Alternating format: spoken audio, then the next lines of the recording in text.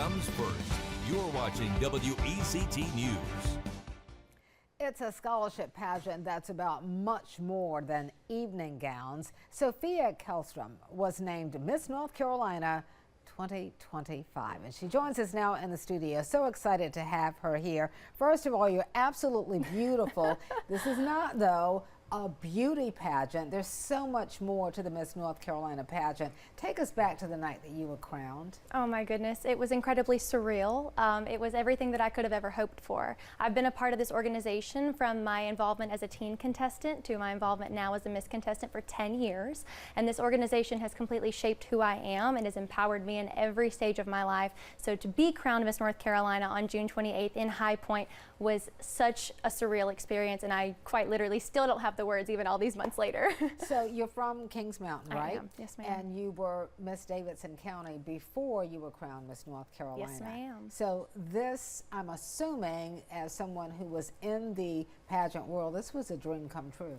Quite literally a dream come true. I have my own nonprofit organization called Pennies for Heaven, and it's all about fighting food insecurity on the local, state, national, and international levels. And the service aspect and involvement in this organization is what brought me to the Miss America competition in the first place.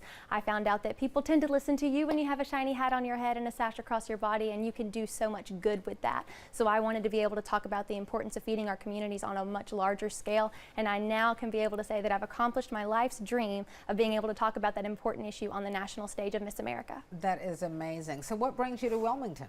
Today I had a very, very great honor partnering with Kindest Kids in America, a fantastic organization all about instilling acts of kindness to prepare the next generation for the most beautiful world that they could even think of.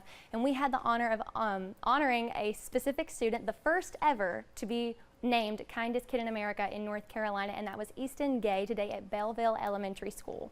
So I'm here for that, and we had a fantastic turnout today. Oh, that's fantastic. So I understand that your community service initiative really started a while ago. Tell us about that. Yes, I was 6 years old when my efforts started. I've gone through the process to actually make it a nonprofit organization with the help of my family when I was 8. And I was in school, and there was a kid that I witnessed in my class go through the end of the lunch line and put in their lunch number and not have enough funds to get their lunch, and that broke my heart. And the humiliation going along with them giving a paper bag just shattered me. And so I immediately started bringing extra lunches for my friend every single day, and that started a movement. And I got my friends to collect all the change we could find on the couch cushions, sidewalks, mom's old purses, anywhere we could find it, and bring it together to feed our communities. And within 3 weeks, we had gathered enough money to feed an orphanage for an entire weekend. So that is it was amazing. incredible. That is just amazing. It was incredible. Well, you know, a big concern right now is the federal government shutdown, and we don't know when that's going to open back up, but there are some folks facing some food insecurities.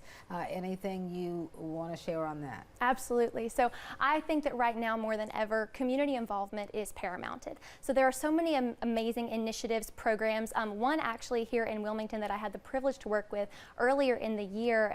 Her name is Amy Hobbs, and she's here.